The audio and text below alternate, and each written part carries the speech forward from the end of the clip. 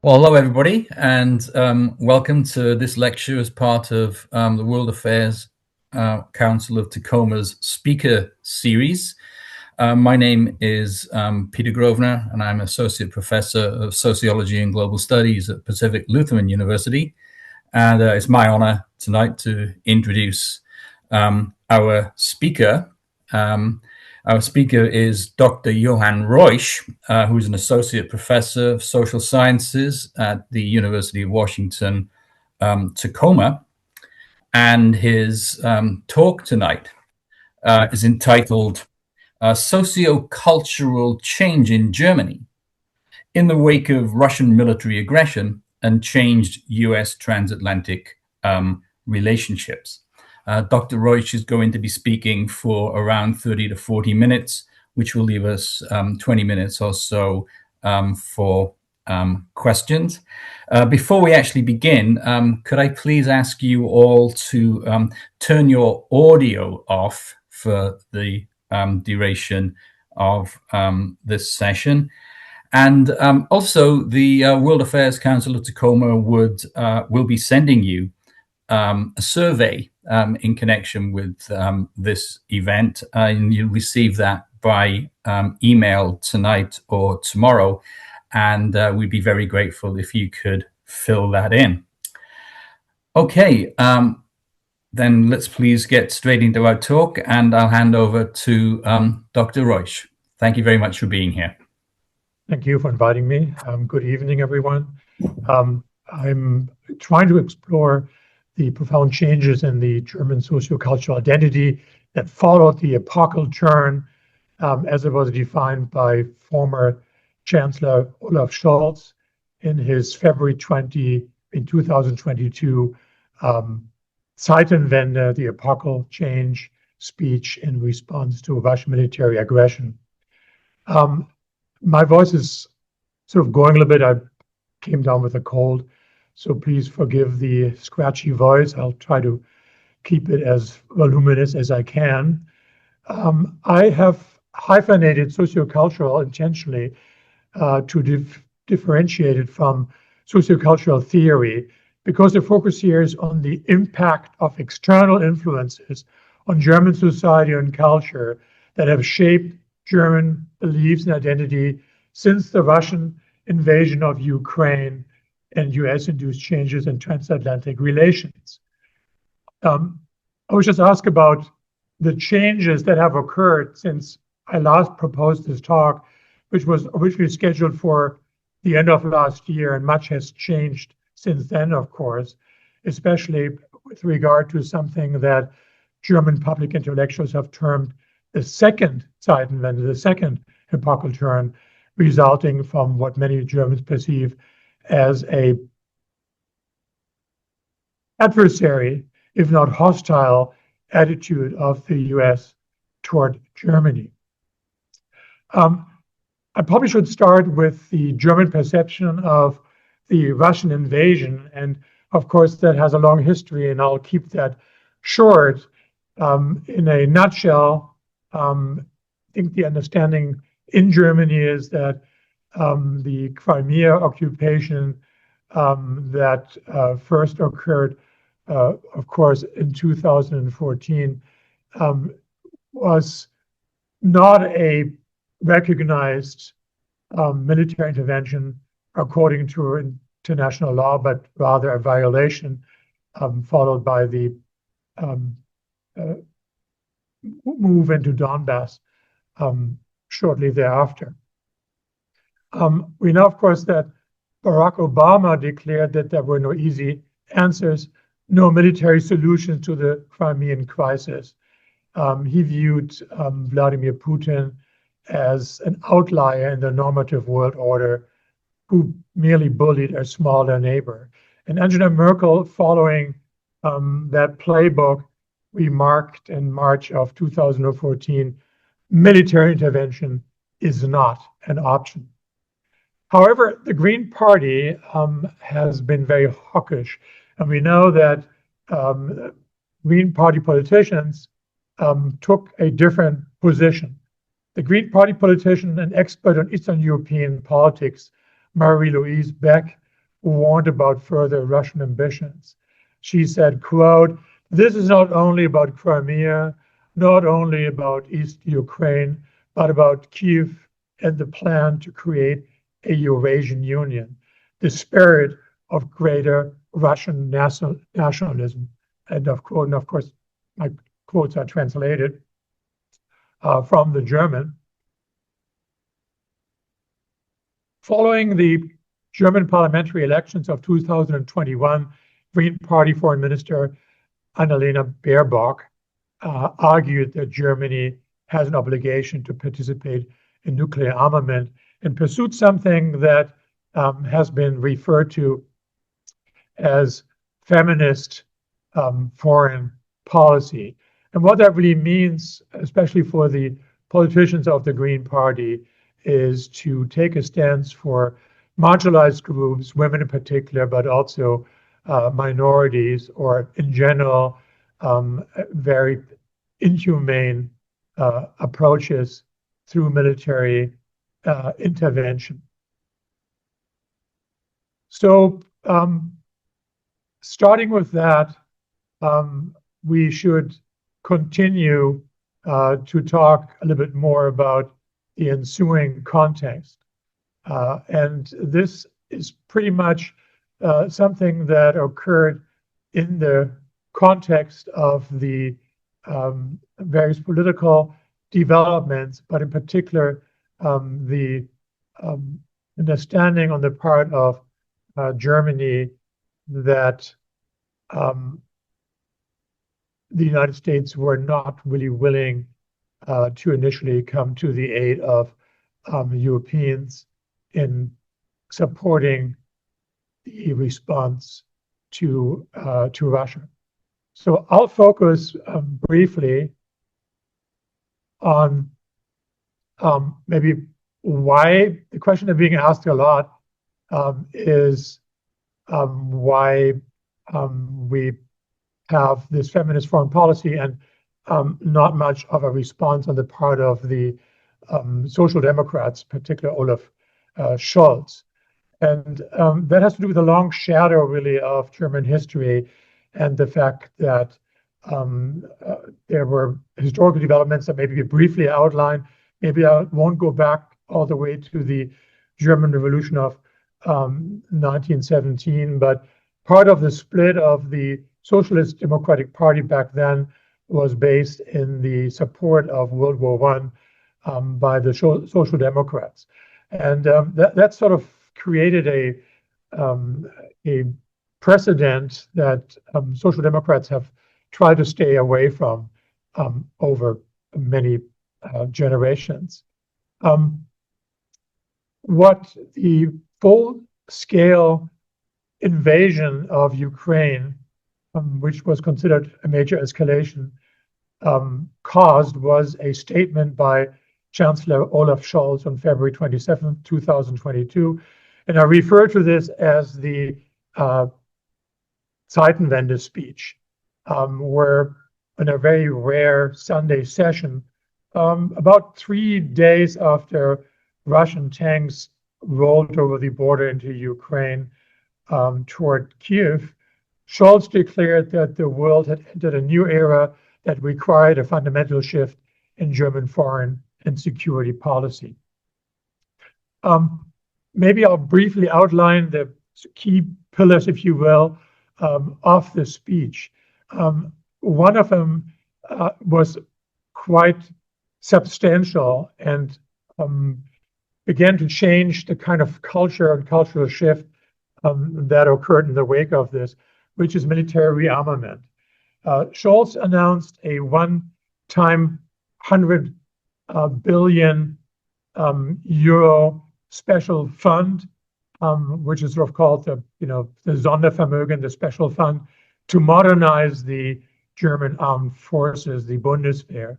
And he revved up the defense spending as well by committing Germany to spending more than the 2% of its GDP for defense annually, meeting, of course, and exceeding the long-standing NATO target that Germany had been accused of missing previously. And to put this into perspective, maybe we should look briefly at the GDP of Germany in 2021, which was about 4.3.5 trillion US dollars, growing by 2.9% over the previous year. And if you take 2% of that, it's a very significant contribution to NATO and military spending of Germany in particular. So one of the concerns from the start, and this is sort of especially important because Germany has historically a fairly conservative fiscal policy. So many economic experts warned of a, let's call it a fiscal cliff once the 100 billion euros would be exhausted around 2027, sort of coming up in the coming year. Also, named very specifically was the commitment to lethal aid. This reversed decades of policy against sending weapons to active conflict zones, and Scholz made it very clear that Germany would provide lethal weapons to Ukraine. What this did with regard to Germany and its global role is that it shifted through this speech by Scholz, Germany from a civilian power to the third largest supplier of military aid to Ukraine, though critics continued to debate the speed and scale of Berlin's actual contributions. The invasion, well, we covered Crimea. Maybe before I go on, I should talk about some of the other pillars, and then we can proceed from there. Another pillar is the energy independence, where Scholz argued that and emphasized the urgent need to end Germany's heavy reliance on Russian energy, specifically natural gas. And the political context, of course, led to a major fallout altogether, meaning that the framework of the implementation of the epochal change created internal coalition tensions and shifting global dynamics, including, of course, the collapse of the Scholz government, the German government, the so-called traffic light coalition made up of the Green Party, the Social Democrats, and the Christian Democrats. Talking about the energy independence, we can trace back Germany's reliance on Russian energy to the 1970s. We all know about the pipelines such as the Nord Stream, which facilitated gas imports, and I'm not going to talk about the details of this Russian-European arrangement that was facilitated by Gerhard Schröder, a previous chancellor. But I want to emphasize the dependence that was in part political in order to shore up Germany's relationship with Russia and stabilize it. Partly economic, of course, leveraging cheap Russian gas as a transitional fuel between coal and renewables. This can be tied way back to Willy Brandt's former chancellor during the 1970s, who advanced what is called Ostpolitik or Eastpolitik, a transformative West German foreign policy that was aimed at easing East-West tensions, foster a dialogue with Eastern Europe, in particular, of course, the Soviet Union, and ultimately with the goal to lay the groundwork for German reunification. So when Brandt was chancellor, as the leader of the Social Democratic Party, from 69 to 74. He pursued a peaceful engagement with Russia as part of a broader Cold War detente. Influenced by such Cold War events as the suppression of the uprisings in East Germany and Hungary, he advocated for East-West tensions to be managed through dialogue, cultural change, and rapprochement. So this was achieved through a variety of treatises, and this is important because we're looking at the trajectory of German-Russian relationships over time and the kind of moment that we arrived at with the invasion of Ukraine. So we had several treatises. I'm going to highlight the Moscow Treaty from 1970 and the Warsaw Treaty from 1970, which had to do with the recognition of post-war European borders, which was received very negatively in Germany as giving away German territories. And then this was followed just a few decades later by a very profound political decision to form the NATO-Russian Founding Act that was really meant to secure the relationships with Russia and the West, creating the NATO-Russia Permanent Joint Council, which was meant to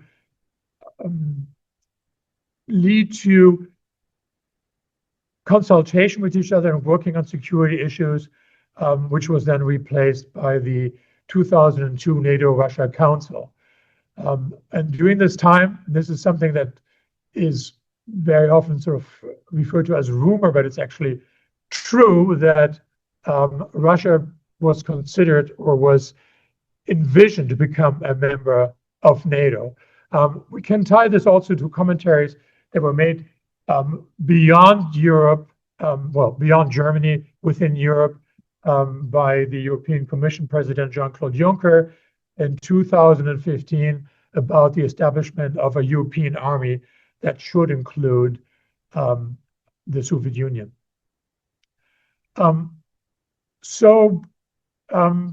After relations worsened after 2014, we can fast forward from the Zeitenwende speech to the assumption of office by Boris Pistorius, who was the Minister of Defense. And again, here we have a profound cultural change in German culture by talking about war readiness.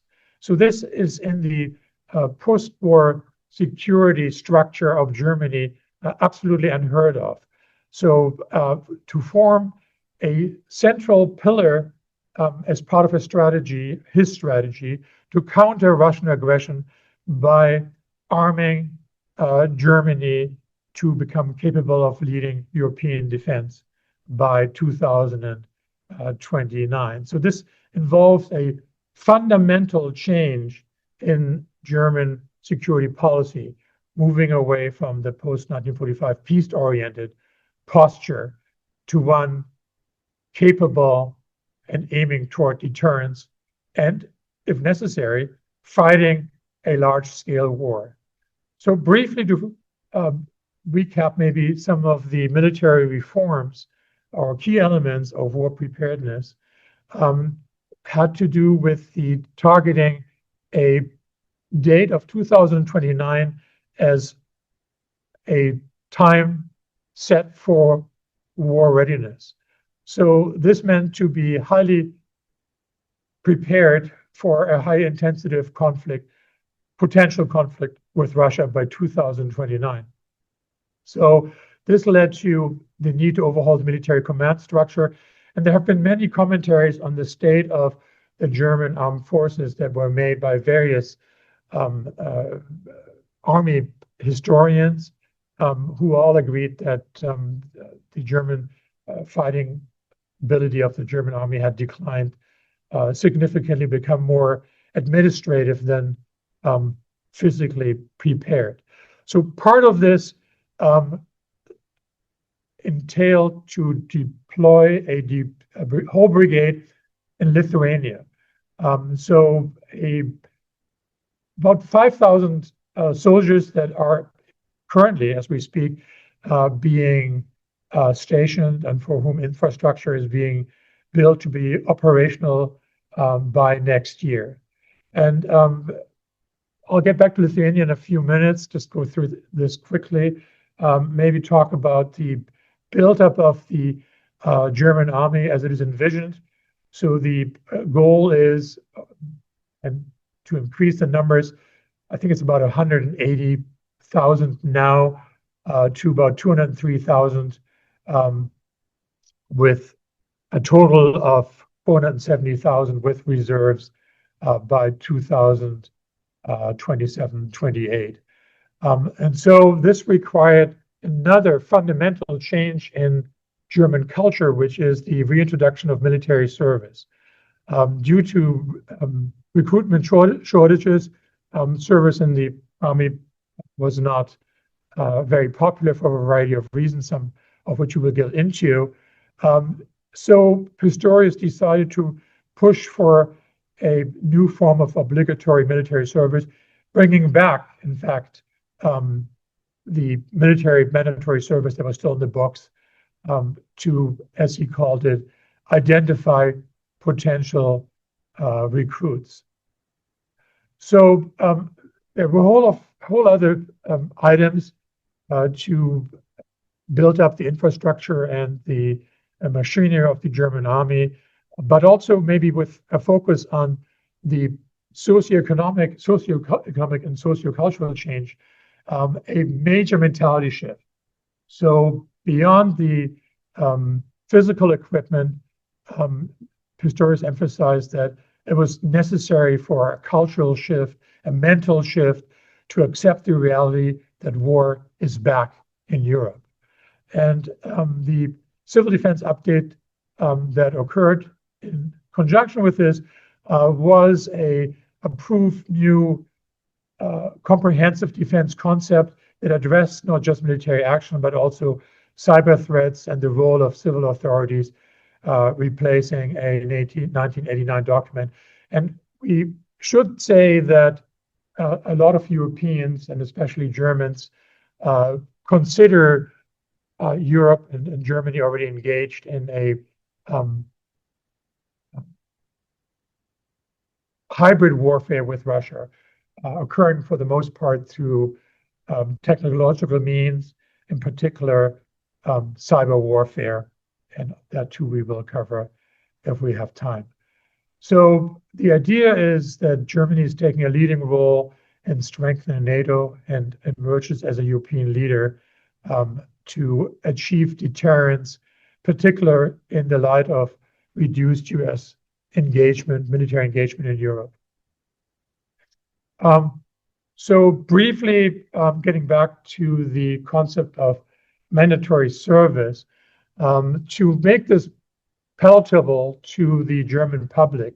And there are quite a bit of surveys asking young Germans how they feel about serving in the military. And there's not too much enthusiasm there, as you might imagine, nothing on the scale of what we saw initially in the Ukraine, for example. But everybody over 18 or turning 18 has to fill out a digital survey, and this is mandatory, so no choice. And then based on the reading of the survey, the Army will then pick those they feel to be best suited, about 5,000 per year, in addition to what is being drawn from the population now. So the idea is that this is all voluntary, but there have been lots of concerns about fairness, equity, and so there is also the idea to maybe expand this more than initially planned, and also to maybe up the compensation for regular service to beyond 2,000 euros netto per month, which doesn't seem like very much, but the average German income is probably around 3,500. So with all of the perks and free housing and so forth, it is imagined to be of interest. So ultimately, as we said, by at least 2013, but beginning certainly by 2018, we're hoping to increase the amount of soldiers considerably. With regard to the civil sphere, there are various activities underway that illustrate maybe the visual impact of this readiness, which is the German focus on ramping up the number of bunkers and protective shelters, because the inventory of existing shelters showed that for about 84 million Germans, there were less than 600 public shelters capable of holding less than 500,000 people altogether. So many of them have been dismantled because they were believed to no longer be of service or needed. But this has been reversed, including the introduction of a geolocation phone application where you actually can find the closest bunker nearby.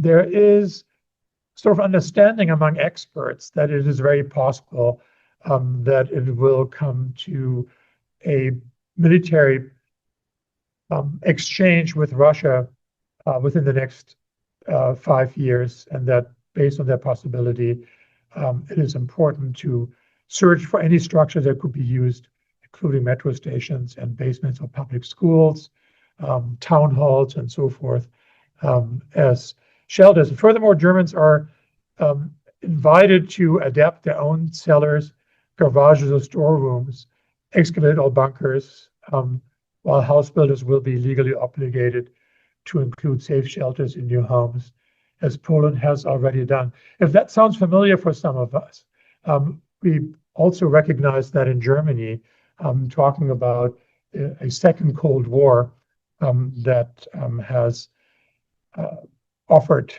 its freeze in German culture. We also know from a expose in one of the major, more conservative German newspapers, the Frankfurter Allgemeine, that was published in 2024, that there is a document circulating issued by the German army aimed at German businesses that advises them to train extra lorry drivers for emergency situations in the future, just creating something that Boris Pistorius refers to as war capable rather than war prepared. So there's a very large difference in terms of the semantics of this terminology. So let's get back to Lithuania for a moment and answer why it is important to, or symbolic, I should say, to deploy the 45th German Armored Brigade there. We talked about the 5,000 troops. I think about a little bit over 100 Leopard 2A8 tanks to strengthen the NATO eastern flank. And this has to do with the very vulnerable position of the Baltic states. Baltic states like Ukraine were part of the Soviet republics. So they were not like Poland or Czechoslovakia or Czech and Slovak republics, part of the sphere of influence, but they were part of the center of the Russian republics of the USSR. And some of you might remember, and this is still very much in the recent memory of Germans, that after the falling apart of the Soviet Union, dismantling, coming to an end on March 11th, 1990, Lithuania decided to become independent and step out from under Soviet control. This was despite the climate of glasnost, not received very well by Gorbachev, who employed both political and economic tools to stop this. So to kind of get to the end game here, after a Soviet economic blockade, Soviet troops on January 13th, 1991, tanks entered Vilnius and seized control of key institutions like the TV tower and the administrative buildings, resulting in the death of civilians and injuries of hundreds. So this is something that the Baltic states still remember as the January events. So much of this is still in recent memory. So fast forwarding to the understanding that under Obama, not much was done to deal with the developments and to stop them in the tracks. This was then further compounded by the election of Donald Trump during the first presidency. And the understanding that Trump referred to his NATO allies as, I think the term was deadbeats, for failing to meet the 2% spending target. And this didn't sit very well with European allies, especially not Germans. And also his, one could really say, questioning of Article 5, where he hesitated to explicitly and commit to endorse Article 5, which is collective defense, in his first year, and suggested defense of allies was conditional based on their financial contributions. So those who didn't contribute didn't really warranted to be covered by Article 5. Then we have also the constant announcement of withdrawal of US troops from the alliance. And this was coupled, of course, with the America First approach, which bewildered most Germans, where he seemed to emphasize a transactional relationship with the allies, and in Germany in particular, rather than talking about security guarantees, which raised concerns about the long-term unity of the alliance. So there were a couple of interviews of various politicians and members of think tanks in 2017, especially at the end of the year. And one of them included Ivan Krastev, from the European Council on Foreign Relations, who summed up what many thought, and many said openly, that the United States is not sure that the world that Americans have built is in America's interest. So this was then coupled in the following presidency under the Biden administration with a very tepid support of the Ukraine. You remember that as of going back really to the Biden presidency, there were restrictions placed on supplied long-range missiles by the U.S., especially the ATACMs, which were capable of striking deeply into Russian territory, but were restricted with regard to their technological ability. Their board computers were limited to certain distances. We have quite a bit of aid coming still during the Biden administration. I think it was almost 80 billion in aid. I think maybe a little bit less, 75.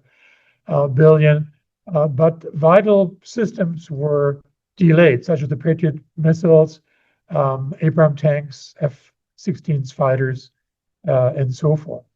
So getting to the compounded reactions on the part of Germans to the return of Donald Trump into the White House, we briefly need to turn our ears to the speech given by J.D. Vance on February 14th, 2025 at the Munich Security Conference.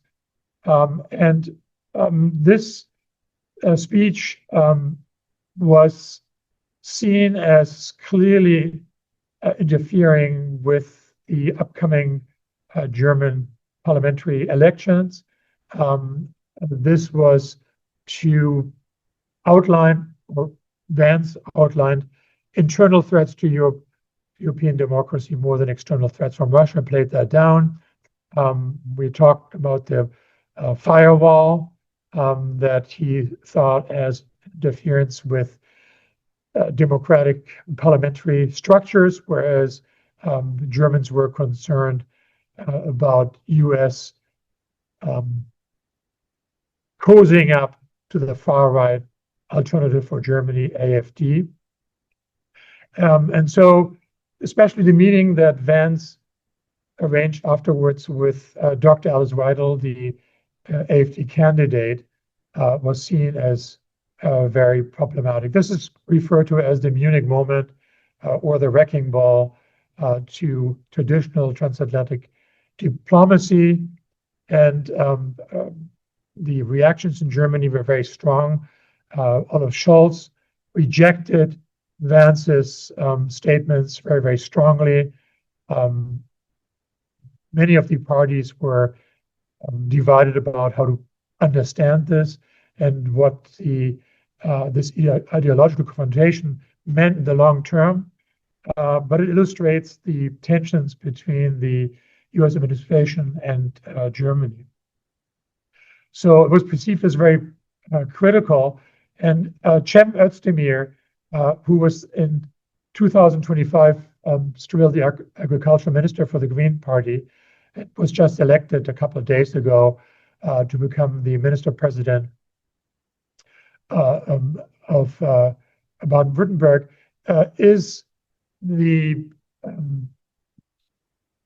was quoted really in an interview as talking about believing that the goal of, this is a quote, the goal of the Trump government is regime change in Germany as well as the European Union, everywhere where humans live in a liberal society, end of quote. And this is a very significant statement with regard to the public perception of the United States. And so this was followed, of course, by a variety of, or continuation, I should say, of the shifting of supplies to Germany, the ailing German industry being shifted, changed by the loss of supplies on a large scale from Russia. And in February, I believe, 2025, German Parliament passed another 4-year extension of natural gas subsidies, LNG supplies from the United States that had begun in 2023, and really raised concern over too much of a dependency on the United States now. In response, with the new expenses after the fall or dissolution of the Scholz government, Friedrich Merz was, of course, elected as Chancellor, and he created another very culturally significant break with the past, break literally, the debt break or Schuldenbremse, which was a constitutional rule that was changed in 2025 to allow for specific defense investment funding. But it was very, very controversial. And Interesting enough, though, because of the increased fear about impending security concerns, a survey conducted by the German public broadcaster ARD, which is the first German television station in March, found that 66% of respondents believed that it was right to increase spending on defense and on the Bundeswehr, meaning the German army. So 59 of those surveyed agreed that Germany should significantly increase its debt in order to cope with upcoming tasks, especially defense and defense infrastructure. So we go ahead maybe of some of the national security statements and foreign policy statements made by the US in 2025, beginning maybe with the National Security Strategy paper that was signed by Trump. And this is a statement. I'm going to maybe quote from that briefly or mention some of the major statements that are relevant here. That we want to support our allies in preserving the freedom and security of Europe while restoring Europe's civilizational self-confidence and Western identity. So it talks about the fact that the continent will be unrecognizable in 20 years of so because of the impact of immigration, censorship of speech, the undermining of political liberty and sovereignty, and the priorities of the US are to protect core rights and liberties, where elite-driven, anti-democratic restrictions on core liberties in Europe and the rest of the democratic world need to be opposed. Also, of course, climate change and net zero ideologies have to be combated. In tandem with that, long-arm regulations were imposed on German businesses connected to the United States with regard to anti-diversity policy to remove DEI considerations from their websites and from the hiring practices. So in response, Merz in 2025, I think it was December, during the Christian Social Union Congress, said that the Pax Americana, the American peace, has ended, that Europe must prepare for a fundamental shift in transatlantic relations as US security guarantees for the continent weaken. So the post-war, post-World War II order under which the United States ensured European security is largely over, according to him. And he further stated that he wanted to caution his fellow Germans and fellow Europeans against assuming that US foreign policy would return to predictability after Donald Trump, stressing that Washington's strategic priorities have been changing for years. So maybe jumping very quickly ahead to the second, I'm going to try to wrap that up in about 5 minutes. The second Epochal Turn, which occurred, of course, in tandem with the World Economic Forum in 2026 and the Greenland demands made by Trump, where Germany was part of the architects to decide that maybe an operation named Arctic Endurance would kind of show the strength of and cohesiveness of NATO going to Greenland with a couple of soldiers, a couple of Navy officers, and a joint operation with Denmark and other allies. But that resulted, of course, in the threat of tariffs, 10% following February 1st and 25% after June 1st if US demands of Greenland were not met, and Denmark would not sell Greenland to the USA.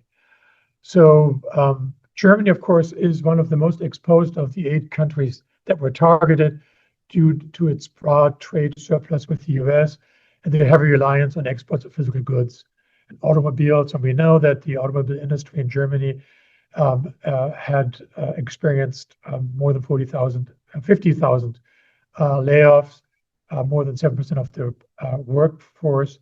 So in addition to the exports to the US, which fell in the first 3 quarters of the year 2025 by 15%, the 50% tariffs on top of that would have brought the German industry to its knees. So all of these financial struggles and the automotive companies had an impact on the local economies of many of the cities where these production assembly lines were located.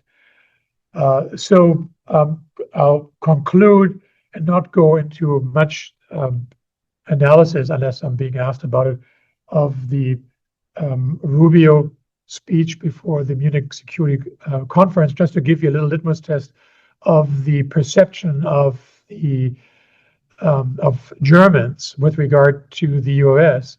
That the day before the Munich Security Conference, that was a Friday, the YouGov survey agency conducted a survey that showed that 49% of those interviewed perceived the US as an adversary and only 16% as a partner. Following that, we have another survey where 65% of Germans, after Rubio's speech, considered the United States as one of the greatest dangers for world peace and to be very detrimental toward all aspects of life of Germany. So we have a cultural change here where we have the establishment of a new strategic security culture, which needs to be supported by Germany and Europe itself, moving away from beliefs in the US as a very active and traditional, since 49, security partner and umbrella. 32% of Germans believe that the US might come to European NATO partners' help only. So 32%. So maybe I'll stop there and open the floor up for questions. We have sort of 20 minutes maybe about that. So please ask away. Well, thank you, Dr. Reusch. Questions for Dr. Reusch, please. And I'll take guidance from Sherry, our administrator, about how we do that technically. I wonder if people can raise hand, if they can see it just at the bottom of their screen. There's a place that shows reaction, and people can raise hand there.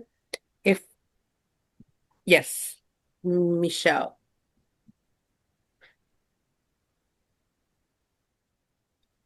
You can unmute yourself. Oh, okay. Sorry. Hi. So this is more of a hypothetical question. What would Germany's relationship be with the U.S. military in, like, let's say the next 5 years during all this, military spending that they're doing? Like, would they be more connected with them or less connected? This is a good question. And from my perspective, my analysis first is that they would be very connected. But this is a way for Germany also to assert itself as sort of in a leadership position and to become an equal partner with the US. I think, especially for German conservatives, it's seen as a humiliation the way they have been considered as deadbeats and not living it up. They see themselves As Germany is the fourth largest weapons producer in the world. In conjunction with picking up on military spending, hopefully in conjunction with an improvement of the economy, Germany will be, a very strong partner together with the US, in my opinion. Public opinion does not believe in that because, as we have seen in the surveys, because of the rhetoric that we hear from Donald Trump. And we have a debate culture in Germany, and so what is being said by a prominent and powerful politician, president of a country, is pretty much taken at face value. We probably interpret things that Donald Trump says more rhetorically, whereas Germans take it at face value. Right. Okay. Thank you. You're welcome. Next in a row is Hans.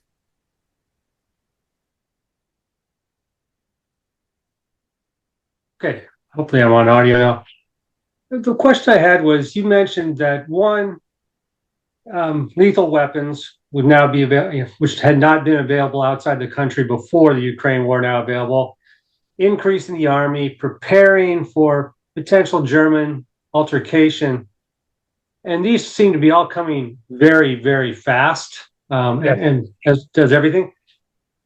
How realistic or how well prepared do you think Germany would be to meet kind of those, I guess, both commitments and obligations?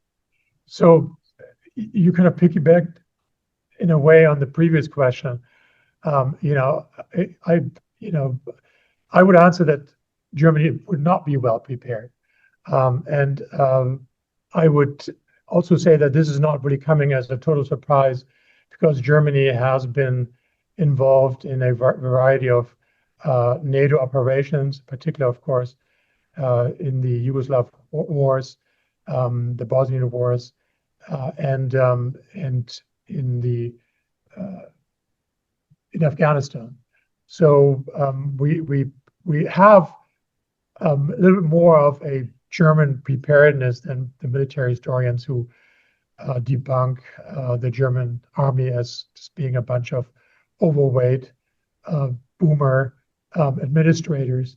And I would also say that there are a variety of factors, and that has to do, of course, with the interests of the United States. And what we see under Trump are sort of a form of real politics, what serves America first, and that kind of diplomacy is not really quite understood by Germans historically, that you make deals rather than enforce values and commitments that you have to allies.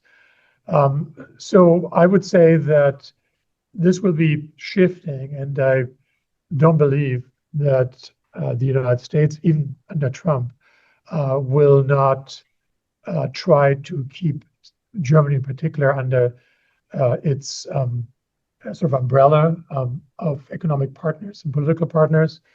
And I don't believe that that Russia is interested in going beyond a conflict with maybe the Baltic states. So the reconstruction of the USSR considers the USSR former republics.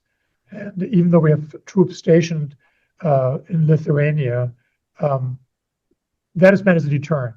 But we don't, I don't think anybody on either side believes that there is an actual conflict, even though the rhetoric is there, just to be prepared and to counteract the kind of complacency that the recent German governments have been accused of with regard to the Ukrainian war and their defense architecture. That would be my answer. Thank you, Peter. It seems that no one else is raising hand. Do we have no further questions? Still have 4 minutes remaining. So now Peter was very eager to talk about Iran, so I'm going to pick that up in a couple of minutes.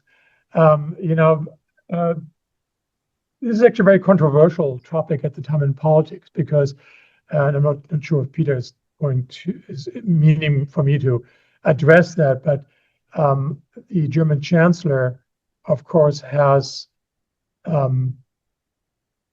supported Donald Trump in word with regard to the intervention, and is arguing that there's a totalitarian regime that is endangering world peace and has been involved in terrorist acts throughout the world.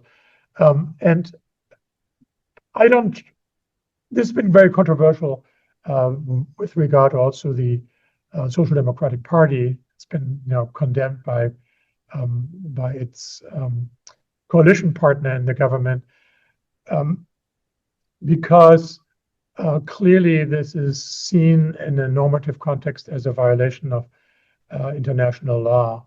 But there's also an understanding that Merz is trying to keep good relations with Donald Trump any which way he can, with the end game of support for Ukraine.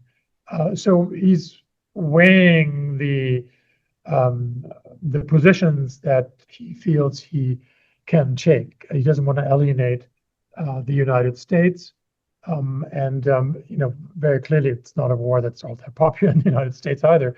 But he has decided to play into this kind of understanding of Donald Trump as part of a male-based relationship that is very, very American, and that's what is part of the understanding of the German Chancellor as having experience in the United States. I just listened to a recent interview where he was sort of identified as being able to talk in that kind of jocular, kind of buddy-buddy way with Donald Trump, whereas other politicians have absolutely failed. And we saw the disaster with Zelensky, of course, trying to approach this conversation with the politicians in Washington from a very concerned, politically based perspective. So Iran has traditionally been a very important business partner for Germany, and a lot of Germans are concerned that this war is in support of a former elite. It doesn't really speak for the entirety of the Iranian people, and of course, there are arguments that the mass turnouts during the mourning of clergy and military figures and administrators was set and seen as sort of propaganda. But a lot of German political analysts, believe that really a majority, especially in the rural countryside and smaller towns, are very much engaged in Islamic belief structures and believe in the current setup of a Islamic republic headed by a cleric. So the statement in support of Trump was not seen as very good political policy. But overall, the understanding is, or the goal is to resolve somehow through conversation the conflict through diplomacy in the long run somehow. But Germany has made it very clear, and the German Chancellor has made it very clear that yes, while he's supporting Trump in word, there is no support of or there's no engagement with military participation or support of the military strikes in Iran. So I'll leave it at that. I'm out of time. If there's a follow-up question, I'll be happy to answer that. Okay, I think we are at 8 o'clock now, which is the end of this session. So I think all that remains is to thank you, Dr. Reusch, for a fascinating talk and for fielding the questions. And it's been fascinating. Thank you. Thank you, all of you.